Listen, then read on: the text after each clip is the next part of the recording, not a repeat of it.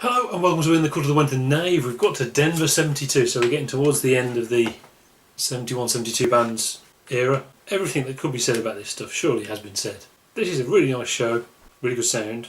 It's almost as good as Summit Studio, so I don't know why this exists and etc. But there it is.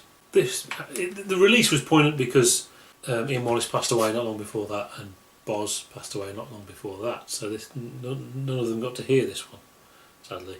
There's a quote from Fripp at Wallace's memorial service where he says, "Death is a great career opportunity for the musician with a catalogue. For a live player, it's a strategy with inherent limitations. So for King Crimson, there goes the reunion tour."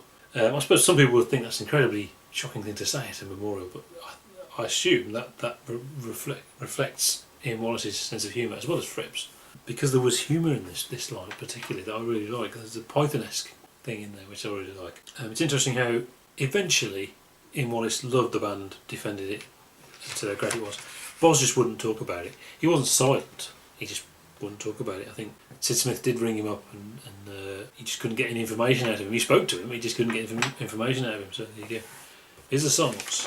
Track 1 is Formentera Lady. So I'm assuming this opened with pictures of a city and it was cut. I'm assuming. I'd be very surprised if they opened with Formentera Lady. Kind of cool if they did, but I'd be surprised. Then we got the Sailor's Tale. I'll tell you what, Mel Collins is mental by this point. That complete freedom he's got to play. He's a nutter. Fantastic sax playing. Amazing. Track 3, we've got a Fripp announcement, which is really interesting because he said, this is from the previous album, not from Ireland, from the previous album, that not a lot of people know about.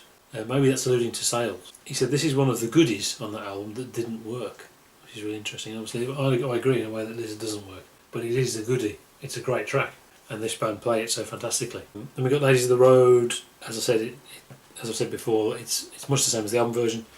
The letters. When I had this on, my son did a squeal in the next room. He just did a little, and I wasn't completely sure that wasn't on the recording. Eventually I figured it out, but it was the quiet bit, so he wouldn't do that. I don't know why they're still playing the letters, because it's alright. I always prefer drop in. Track 6 is Groon. A bit more chilled now. Tired at the end of the tour maybe. Then we've got 21st Century Schizoid Man. Not as good as the Summit one, and not as good as the early ones than that. But still a great version. It's still their own version, but I think the energy isn't quite there. They may be fighting energy levels at this point. Cadence And Cascade is the last song, right till the end. All this talk of Boz refusing to sing the fairy music, as he called it. He did sing it, and it was great. Whether he liked it or not, it was great.